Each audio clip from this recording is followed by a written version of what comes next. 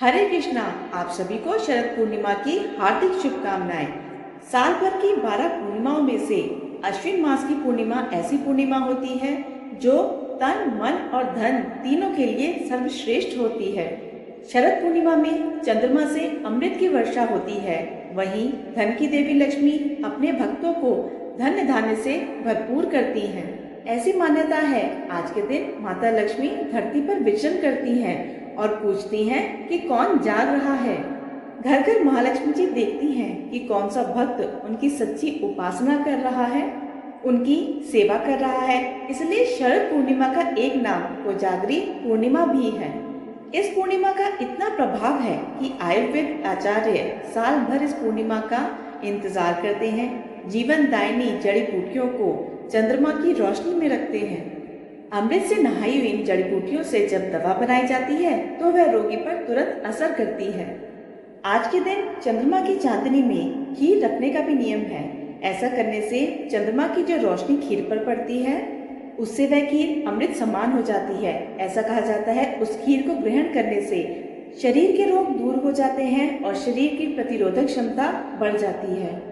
कहते हैं वृंदावन में जब श्री कृष्ण महारास रचा रहे थे तब चंद्रमा आसमान से सब देख रहा था और वह इतना भाव विभोर हुआ कि उसने अपनी शीतलता के साथ धरती पर अमृत की वर्षा आरंभ कर दी।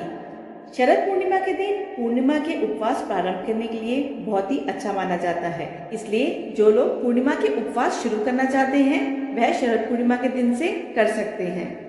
अब सुनते हैं शरद पूर्णिमा की कथाएं। आपसे अनुरोध है आपको कथाएं पसंद आए तो आप वीडियो को लाइक जरूर कीजिएगा, कमेंट बॉक्स में हरे कृष्णा जरूर लिखिएगा। शरद पूर्णिमा यानी आश्विन पूर्णिमा की एक पुरानी कथा के अनुसार एक गांव में एक साहूकार था जिसकी दो सुंदर सुशील कन्याएं थी।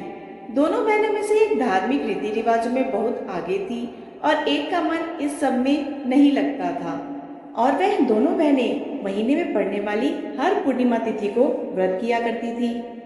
उन दोनों बेटियों में बड़ी बेटी पूर्णिमा का व्रत पूरे विधि विधान से किया करती थी और जबकि छोटी बेटी ठीक से नियमों का पालन नहीं किया करती थी।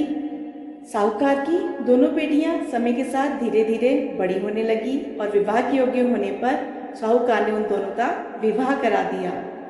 बड़ी बेटी के घर सही समय पर संतान का जन्म हुआ।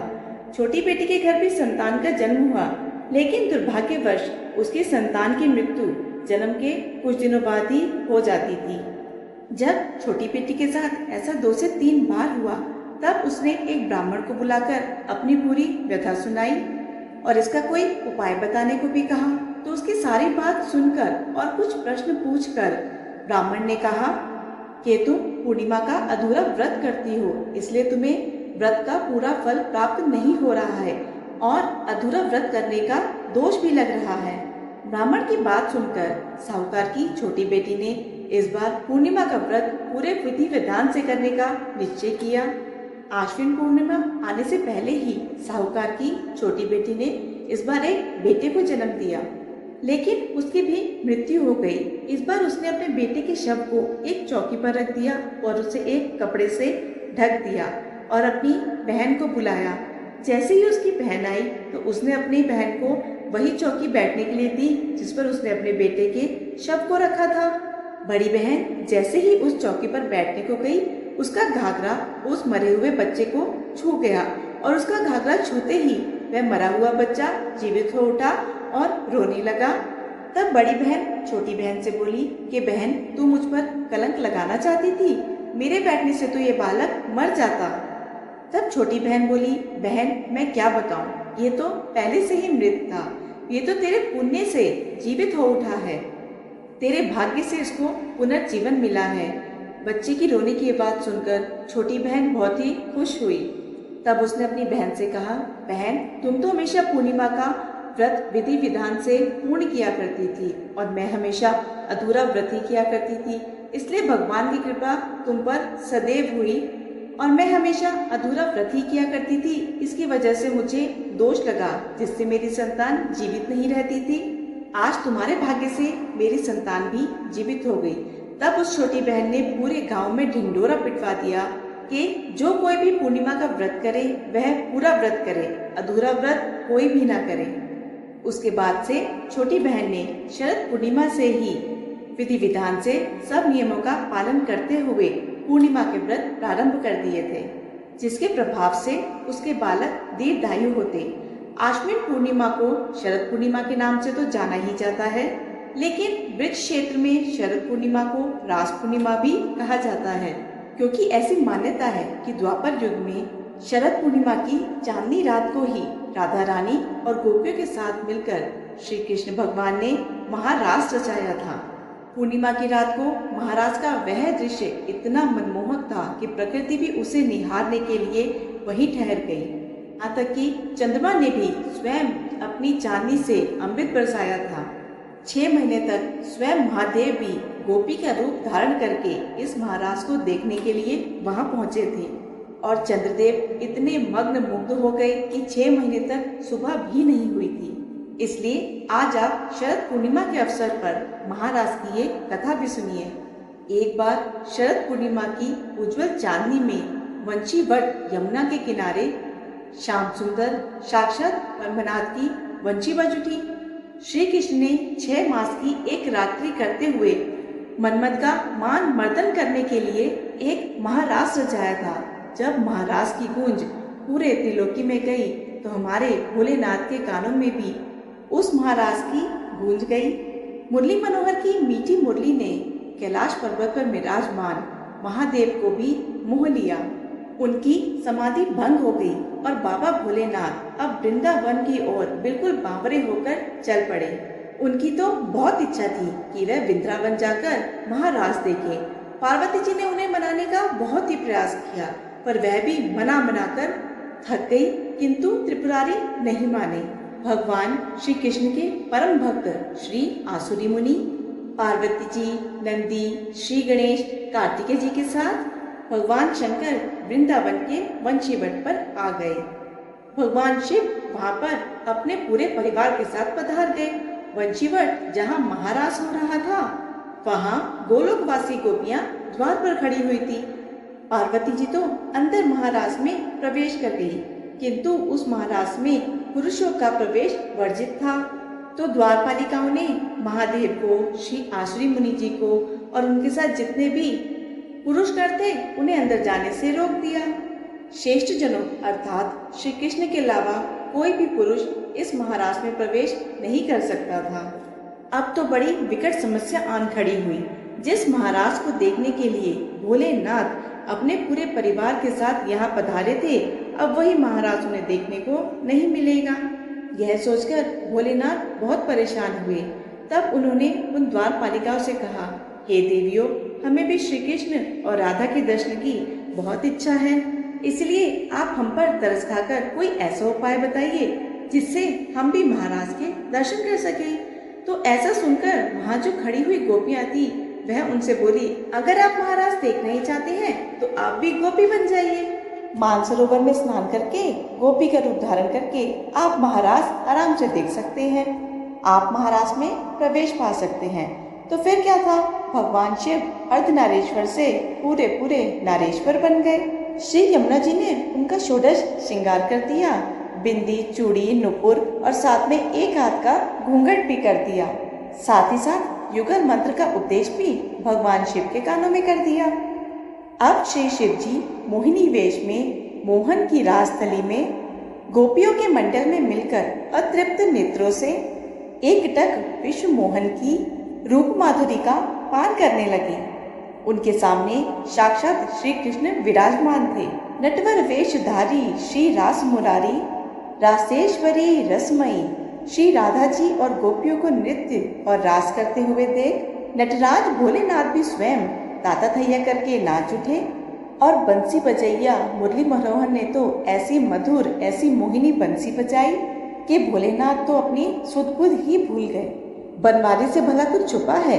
इस तरह भगवान श्री कृष्ण के साथ भोलेनाथ कुछ देर तक तो नाचते रहे, पर जब थोड़ा पास पहुँचे तो भगवान श्री कृष्ण बोले, रास के बीच में थोड़ा हास परिहास हो जाए तो इस रास का आनंद थोड़ा दुगना हो जाएगा। भगवान श्री कृष्ण बोले, अरे गोपियों, तुम तो मेरे साथ बहुत देर से नृत्य कर रही हो, लेकिन मैंने तो तुम्हारा चेहरा अब तक देखा ही नहीं, क्योंकि कुछ गोपियां तो यहाँ पे घूंघट में भी हैं। मुझे जरा उनका चेहरा तो देखने दो। सुनते ही गोपियां झट बोल उठी, प्यारे, आपसे क्या छुपा है, आप देख लो हमारा चेहरा। जब भगवान शंकर ने ये सुना तो वह परेशान हो गए। बोले, ये कन्हैया को रास के बीचों बीच क्या सूझ गया, अच्छा भला तो रास चल रहा था, मुखड़ा देखने की क्या जरूरत आन पड़ी। ऐसा वह मन में सोच रहे थे कि आज तो ये कन्हैया मेरी फजीहत ही कराने पे तुला हुआ है। भगवान कृष्ण तो कृष्ण है, नटखट है, वह बहुत अच्छे से जानते थे कि यहाँ छद्मवेश में कौन आया हुआ है। तो भगवान कृष्ण कहने लगे, गोपियों, तुम सब पंक्ति में खड़े हो जाओ और मैं सबका बारी बारी से दर्शन करूंगा। यह सुनकर भगवान शिव को थोड़ी तसल्ली हुई। भगवान शिव मन ही मन यह सोचने लगे कि चलो अब तो काम बन गया। यहाँ तो महाराज में लाखों करोड़ों गोपियां हैं और मैं सबसे अंत में, पंक्ति के अंत में जाके खड़ा हो जाऊंगा। कन्हैया तो मुंह देखते देखते थक जाएगा और मेरा नंबर भी नहीं आएगा। और अब सारी गोपियां जो थी वह एक पंक्ति में खड़ी हो गई और भगवान शिव पंक्ति के सबसे अंत में जाकर खड़े हो गए। तो जो कन्हैया की दृष्टि सबसे अंत में पड़ी। अब कन्हैया तो कन्हैया है, बड़े नटखट हैं, शरारतें भी बहुत करते हैं। जब कन्हैया की दृष्टि पंक्ति के अंत में पड़ी तो वह कहने लगे, अब बारी इधर से नहीं उधर से शुरू होगी, यानी कि बारी पंक्ति के अंत से शुरू होगी। अब भगवान शिव कहने लगे, अरे मैं तो पंक्ति के अंत में जाके खड़ा हो गया था, अब लगता है पहला नंबर तो मेरा ही आ जाएगा। अब असंख्य गोपियों के बीच में भगवान शिव सोचने लगे, चलो कोई दूसरा उपाय सोचता हूँ। यह सोचकर भगवान शिव गोपी के वेश में तो थे ही, लंबा घूंघट काट रखा था, तो वह दौड़कर दूसरी ओर से जाने लगे। भगवान कृष्ण गोपियों से बोले, अरे गोपियों, तुम परेशान ना हो, मैं सबका मुख देखूंगा, लेकिन पीछे खड़ी हुई गोपियों का मुख दर्शन तो मैं बाद में करूंगा। पहले मैं इस गोपी का मुख देख लूं जो इतनी लाज शर्म कर रही है। अब तो जो भोलेनाथ ने सुना तो वह सुनते ही दौड़ पड़े। कन्हैया जी भी कहाँ पीछा छोड़ने वाले थे, झट दौड़ पड़े भोलेनाथ को पकड़ने के लिए। वो तो उस गोपी के पीछे भागे थे जो बहुत लाज शर्म कर रही थी, और जैसे ही उन्होंने उस गोपी का घूंघट ऊपर किया तो श्री कृष्ण कहने लगे, आओ गोपेश्वर आओ, आपकी जय हो, बोलिए गोपेश्वर महादेव की जय, शंकर भगवान की जय। श्री राधा आदि भगवान शिव के गोपेश्वर रूप को देख के बड़ी आश्चर्य में पड़ गई और वहां पर खड़ी हुई सभी गोपियां भी बड़ी हैरान रह गई। तब श्री कृष्ण कहने लगे, राधे, ये कोई गोपी नहीं है, ये तो साक्षात शिव शंकर जी हैं। हमारे महाराज के दर्शन करने के लिए उन्होंने यह गोपी का छद्म रूप धारण किया है। तब श्री राधा कृष्ण ने हंसते हुए शिव जी से पूछा, हे भगवान, आपने यह गोपी का रूप क्यों धारण किया है? भगवान शिव शंकर कहने लगे, हे प्रभु, आपकी ये रसमयी दिव्य प्रेम लीला देखने के लिए ही मैंने यह रूप धारण किया है। इस पर प्रसन्न होकर श्री राधा जी ने महादेव से कोई वर मांगने को कहा। यह सुनकर भगवान शिव ने कहा कि हम चाहते हैं कि यहाँ आप दोनों के चरण कमलों में ही हमारा सदैव वास हो। आप दोनों के चरण कमलों के बिना हम कहीं अन्य और वास नहीं करना चाहते हैं। तब राधा रानी और श्री कृष्ण ने महादेव की यह इच्छा भी पूरी कर दी और उसके बाद तो इतना सुंदर महारास हुआ कि भगवान श्री कृष्ण ने कथक किया और भगवान शिव ने सुंदर तांडव, जिसका वर्णन साक्षात माँ सरस्वती भी करना चाहे तो कभी नहीं कर सकती। इस महारास में खूब आनंद आया। भगवान श्री कृष्ण ने ब्रह्मा जी की एक रात्रि ले ली, लेकिन गोपियां इसे नहीं समझ पाई। केवल अपनी गोपियों के प्रेम के कारण ही श्री कृष्ण ने उस रात्रि को बढ़ाकर इतना लंबा कर दिया था। गोपियों ने एक रात कृष्ण के साथ अपने प्राण प्रिय पति के रूप में बिताई है। यह कोई साधारण रात नहीं थी, यह ब्रह्मा जी की रात थी जो लाखों वर्ष तक चलती रही। आज भी कहते हैं, वृंदावन में निधि वन में भगवान श्री कृष्ण प्रतिदिन रास रचाते हैं। भगवान कृष्ण के लिए तो कुछ भी असंभव नहीं है, वह तो सब कुछ कर सकते हैं क्योंकि वह भगवान है। जब भोलेनाथ ने राधा रानी और भगवान श्री कृष्ण से वरदान मांगा था, तब भगवान श्री कृष्ण ने तथा अस्तु कह के कालिंदी निकुंज के पास वंशी वन के सम्मुख भगवान महादेव को श्री गोपेश्वर महादेव के नाम से स्थापित कर विराजमान कर दिया। श्री राधा कृष्ण और गोप गोपियों ने उनकी पूजा की और ये कहा कि उनकी ब्रिज वृंदावन की यात्रा तभी पूर्ण होगी जब कोई भी भक्त आपके दर्शन कर लेगा, और आपके दर्शन किए बिना यह यात्रा हमेशा अधूरी ही रहेगी। भगवान शंकर वृंदावन में आज भी गोपेश्वर रूप में विराजमान हैं और अपने भक्तों को दिव्य गोपी वेश के रूप में दर्शन भी देते रहते हैं। गर्भगृह के बाहर पार्वती जी, श्री गणेश जी और नंदी जी विराजमान हैं। आज भी भगवान का दिव्य गोपी वेश में शाम के समय श्रृंगार किया जाता है। आज की कथा आपको कैसी लगी मुझे कमेंट करके ज़रूर बताइएगा। आपको आज की वीडियो पसंद आई हो तो वीडियो को लाइक करके कमेंट बॉक्स में हरे कृष्णा ज़रूर लिखिएगा। धन्यवाद।